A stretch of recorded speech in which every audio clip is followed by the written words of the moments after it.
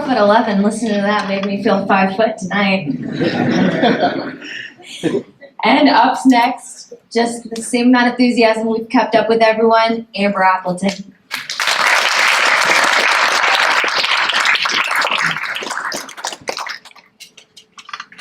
Childhood. Some hear that word and some think of family, innocence, and nostalgia. Well, for me, that word means fear, resentment, and heartbreak. Today I will be talking about growing up with an alcoholic mom and how it has affected me. I will be talking about how the events led to a loss of communication with her and how I was able to overcome that. Since I was 6 years old, I believed that watching my sister was my responsibility. I believed that everything was my responsibility, especially my mother's happiness. Doing this assignment, I finally realized why I felt that way. According to American Addiction Center by Stacy Mazel, a certified social worker, written in 2023, the article Children of Alcoholics says, children that grow up with alcoholic parents tend to be hyper-responsible. Now, hyper-responsible is the feeling of feeling responsible for things that are out of your control. And this absolutely related to me. It took me back to the time I was a freshman. I got a text from my mom saying that she'd be picking me up after school. The bell rang, and the halls flooded with kids getting out of class. It was a long day. I was super hungry. She asked if I wanted to get food with her. I said yes. We had to stop by the house first because her wallet was at home, so naturally I went inside to go drop off my backpack. As I was going inside to drop off my backpack, I noticed that my mom was chugging a water bottle. I didn't think much of it at the time. I just thought that she was hungry. We went and we were on our way to the El Pollo Loco on Carson. As we were in the car, I suddenly felt a swerve and I heard honking. I looked up suddenly and I had seen that my mom was swerving into oncoming traffic. I jerked my head towards her and painted on her face was the look of an extremely intoxicated woman. Her eyes were basically shut like she hadn't slept in days. And her head was nodding like she was about to pass out at the wheel. I thought I was going to die that day.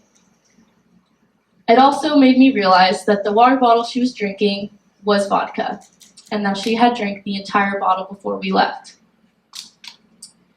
Fortunately, I made it to the El Pollo Loco on Carson, but by the time we got there, she was so intoxicated, she didn't even understand what was happening. She ended up hitting the car behind her in the drive-thru. And as a 14-year-old girl who had no idea what car insurance entailed, I got out of the car and I asked the woman driving if I could have her car insurance information. That's when I knew that the trauma my mom put on me had led me to be hyper-responsible.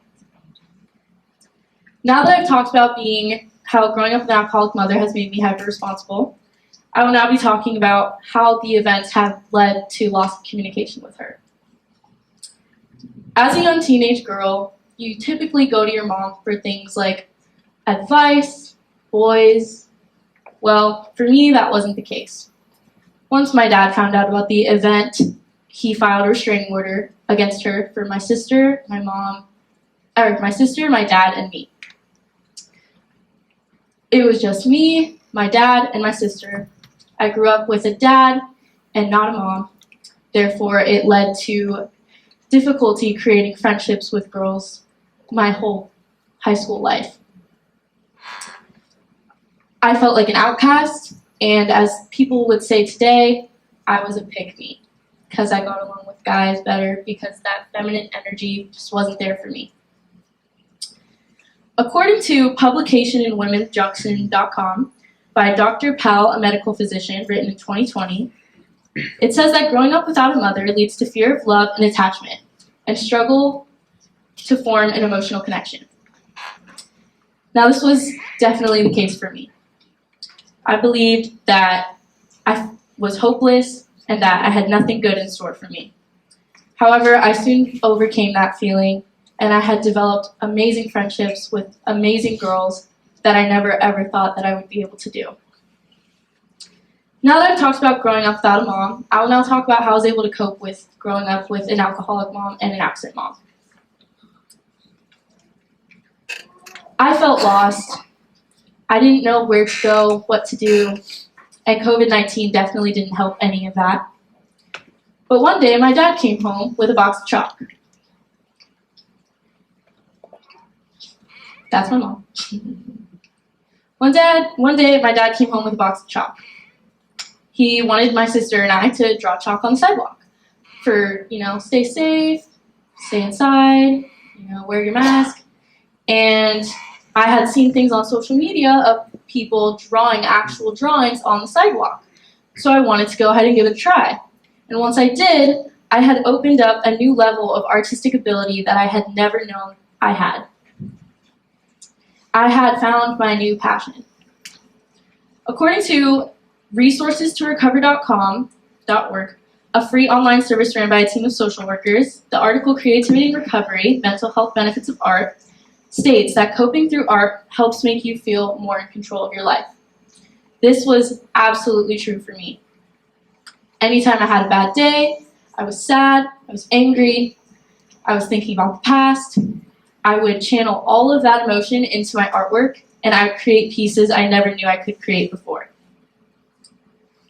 This is my current piece.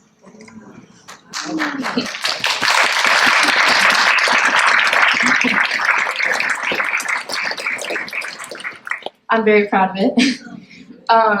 It just shows how far I've come from where I was, and it shows that you truly can turn anything negative into something positive, and that there are so many ways to cope with negative emotions in a positive light.